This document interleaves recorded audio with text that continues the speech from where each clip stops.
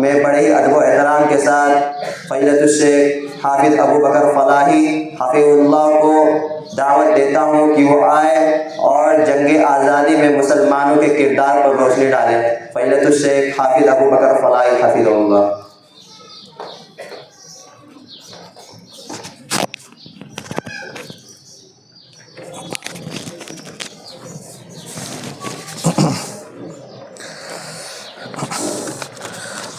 السلام علیکم ورحمۃ اللہ وبرکاتہ۔ نحمدہ ونصلی علی رسولہ الکریم، اما بعد، قال اللہ تبارک وتعالی: الذین آمنوا وہاجروا وجاہدوا فی سبیل اللہ باموالہم وانفسہم اعظم درجۃ عند اللہ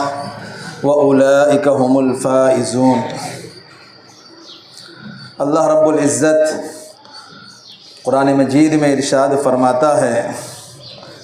کہ بے شک وہ لوگ جو ایمان لے آئے اور جنہوں نے ہجرت کی، اللہ کے راستے میں کوششیں کی، محنت کی، اپنے مال کے ساتھ، اپنی جان کے ساتھ،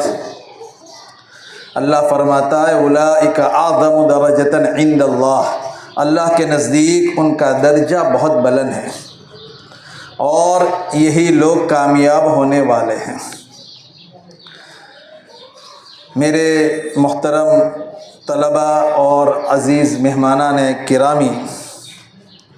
آج ہمارے لیے بڑی خوشی کا موقع ہے کہ ہندوستان کے یوم آزادی کے موقع کے اوپر ہم اور آپ لوگ یہاں جمع ہوئے ہیں اور ہندوستان کی آزادی کی تاریخ کو یاد کرتے ہیں، تاکہ پتہ چلے کہ یہ ملک جو ہمارا ملک ہے، جس ملک میں درمیان میں جو حالات پیش آئے اور غلامی کی لپٹ میں یہ ملک چلا گیا، تو یہ ملک کیسے آزاد ہوا۔ اس ملک کو آزاد کرنے میں کہ جن لوگوں نے ملک میں، تمام ملک والوں نے اور ہندوستان کے لوگوں نے مل کر جو محنت کی، مل کر جو جد و جہد کی اور جو کوشش کی، وہ ناقابل فراموش ہے۔ تمام لوگ مل کر، ہاتھ جوڑ کر، ایک دوسرے کے ساتھ رہ کر ایسی محنتیں کی ہیں کہ تاریخ کے اوراق اس سے بھرے پڑے ہیں۔ یاد رکھو دوستو کہ ملک ہندوستان، جہاں کے باشندے آرام اور سکون کی زندگی گزار رہے تھے، ایک وقت یہ تھا کہ کوئی پریشانی نہیں تھی، کوئی تکلیف نہیں تھی، لیکن انگریز لوگوں نے اور ان کی سازشوں نے اور ان کی مختلف گندی ترکیبوں نے ہندوستان کے لوگوں کے لیے چین اور سکون کا سانس لینا اور آرام کے ساتھ زندگی گزارنا دوبھر کر دیا۔ ان کی زندگی کو اجیرن کرنے کے لیے، ان کی زندگی کو متنفر کرنے کے لیے، متاثر کرنے کے لیے طرح طرح کی تدابیر اختیار کی گئی۔ انگریز اپنے مکر و فریب کے ذریعے، اپنی چال اور تدبیر کے ذریعے ہندوستان پر قبضہ کرنے کی کوشش کرتے رہے، یہاں تک کہ اورنگزیب کی وفات کے بعد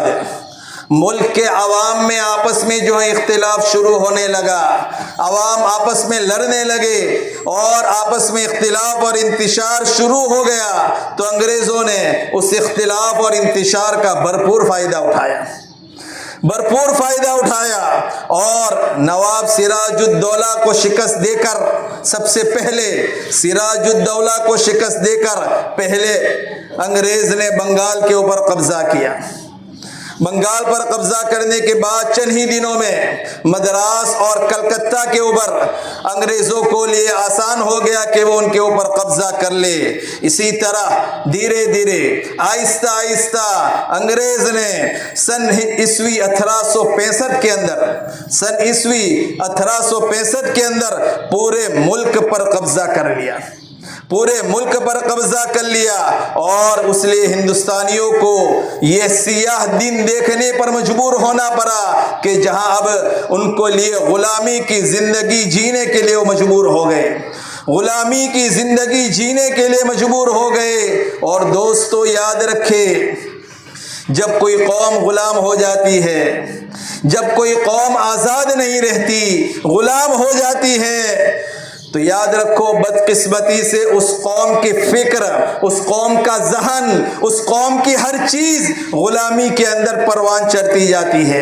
یہاں تک کہ اگر دوسرے الفاظ میں کہا جائے کہ غلامی کی مہر، غلامی کا سکہ اس کے اوپر جو ہے چمٹ جاتا ہے، غلامی کی مہر ان کے اوپر لگ جاتی ہے، جس کی وجہ سے،